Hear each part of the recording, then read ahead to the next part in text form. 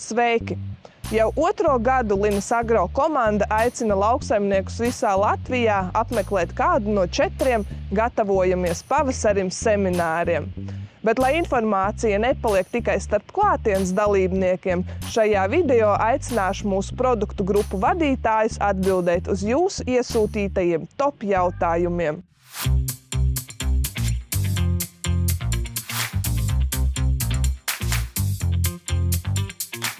Daini, tāpat kā pērn, arī šogad viens no top jautājumiem – minerālu mēslu tirgus tendences, sortiments un cenu svārstības. Kādi ir tavi komentāri? Minerālu mēsliem piemīt liela cenu dinamika un cenu svārstības. Jāsaka, gan šis gads es ļoti ceru būs daudz mierīgāks nekā bija iepriekšējais. Šogad kopš gada sākumā atsevišķām produktu grupām svārstība apmēram 20 līdz 30 eiro uz tonām. Pretstā pagājušajam gadam, kad tur bija 203 un pat vairāk eiro uz tonu. Tā kā es ceru uz tādu daudz mierīgāku, stabilāku gadu, kas ir izdevīgāks gan pircējiem, gan šīs preces lietotājiem, un arī līdz ar to ekonomiski pamatotām cenām un vieglāku ražas ekonomiskāku ieguvi.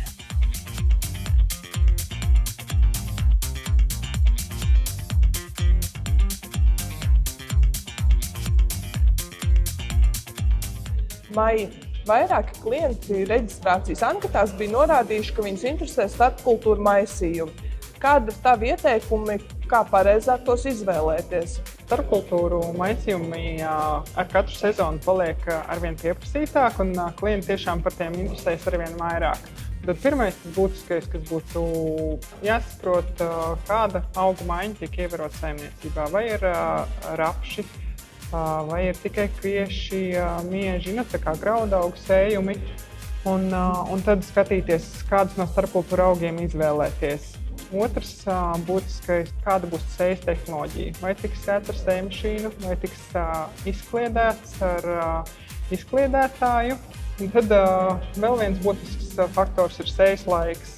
Ja jau sezonas laikā ir skaidrs, ka tas sējas laiks būs novēlots, tad noteikti iesakām izvēlēties augus, kas ir ātraudzīgāk, kas rudens periodā attīstās ātrāk. Piemēram, tās ir sinepes, vieļas, rutki.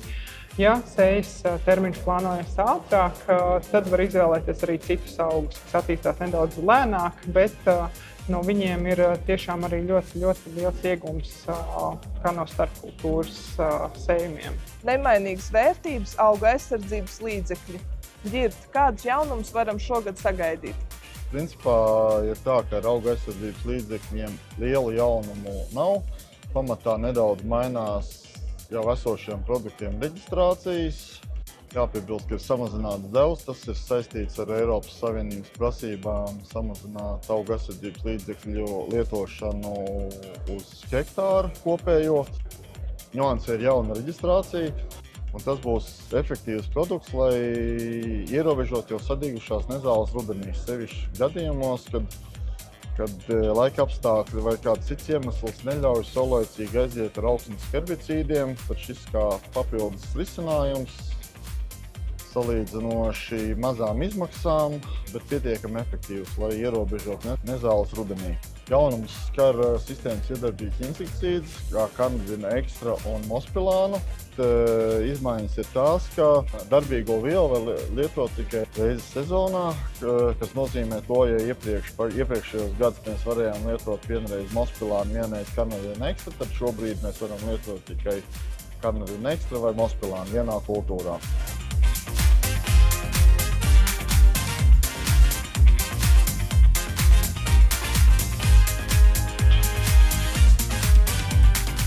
Mikroelementi ir temats, kas uz mēles gala pēdējos gadus ir ikvienās lauksaimnieku sanāksmēs, diskusijās un semināros. Arti, pakomentē lūdzu mikroelementi un biostimulanti.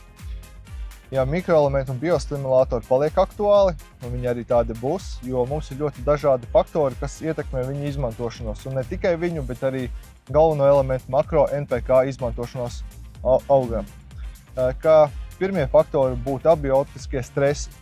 Ar mikroelementiem mēs novēršam dažādu elementu deficītu, īslaicīgi, bet ar biostimulatoriem mēs palīdzam pārvarēt šo stresu, kā arī augam ātrāk atjaunoties.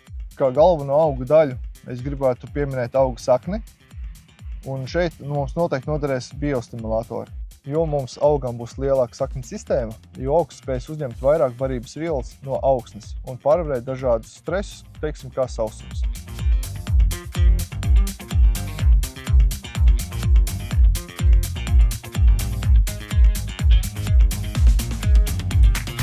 Graudaugi, rapši ir jāmāk ne tikai izaudzēt, bet arī labi pārdot.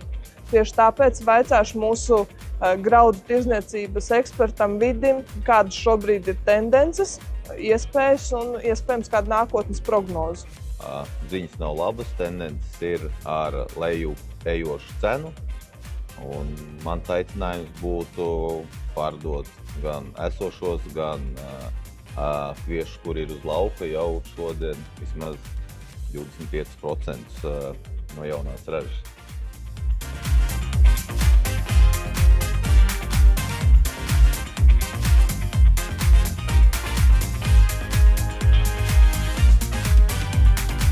Pērn Linas Agro oficiāli paziņoja, ka esam uzsākuši darbu pie Doknavas sītas sēklu rūpnīcas būvniecības Iecavā. Dāce, vai tu vari pastāstīt mums ko vairāk? Protams, būvniecība ir procesā un plānojam rūpnīcas darbu sākt 2025. gada rudenī. Es uzskatu, ka šīs rūpnīcas būvniecība būs tikai ieguvums Latvijas lauksaimniekiem. Kvalitatīvs sēklas materiāls, ātrs un elastīgs piegādes iespējas, kā arī atbalstīsim selekcionārus, kas dos papildus iespēju veidot selekcionāriem jaunas šķirnes.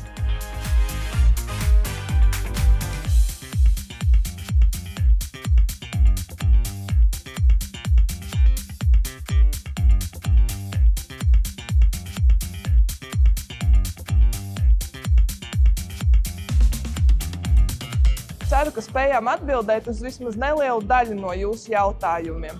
Katrā gadījumā Linas Agro mājaslapā jūs atradīsiet visas lektoru prezentācijas no mūsu semināriem. Paldies, ka esat kopā ar Linas Agro!